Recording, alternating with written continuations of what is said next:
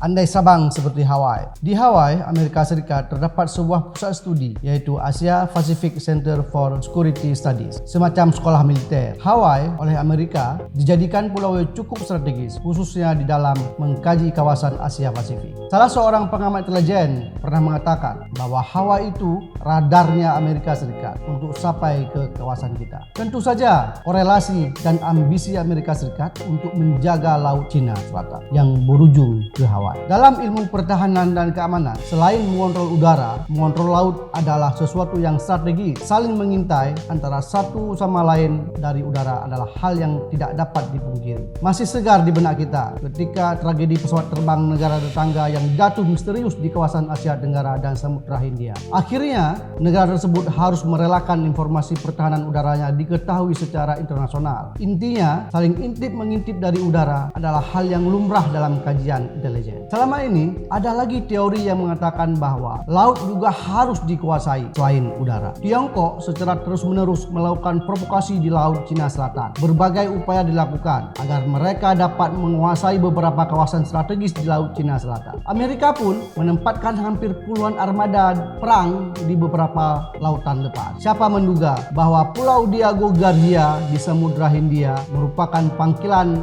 militer Amerika Serikat. Ternyata arah timurnya menuju Indonesia, tepatnya dekat Provinsi Aceh dan sekitarnya. Harus diakui bahwa Amerika Serikat bergabung dalam aliansi intelijen seperti negara Kanada, Amerika Serikat, Australia, Selandia Baru, dan Inggris ketika melaksanakan operasi kerjasama intelijen antar negara. Narasi di atas tentu akan memudar auranya ketika melihat perilaku pemerintah pusat terhadap Aceh. Setiap ada perwira yang datang ke Aceh, selalu melihat Aceh sebagai ancaman bagi Republik Indonesia. Pertanyaannya masih seputar pada kekuatan GAM, kemiskinan, pelaksanaan hukum Islam, dan sejenisnya. Karena melihat Aceh sebagai sebuah ancaman, maka pola pikir pemerintah sampai kapanpun akan melihat Aceh bagian dari NKRI, tetapi tidak mampu meletakkan Aceh dalam posisi geostrategis dan geopolitik Indonesia. Karena tidak melihat Aceh sebagai kawasan yang strategis, maka yang terlibat adalah persoalan simbolik dan ekonomi semata. Misalnya seperti bendera, dana otsus, dan hasil bumi sumber daya alam. Selain itu, tidak ada diskusi lanjutan mengenai pertahanan dan keamanan Indonesia di bibir Selat Malaka dan Samudra Hindia. Karena itu, sangat wajar pemerintah pusat sama sekali tidak memiliki program-program strategis di Aceh, khususnya untuk pulau-pulau yang ada di provinsi ini. Dibandingkan dengan Hawaii, maka Sabang sebenarnya merupakan pulau yang paling strategis di Indonesia. Pulau ini menghadap ke Asia Tenggara dan Asia Selatan. Pulau ini juga sangat dekat dengan Pulau Diego Garcia.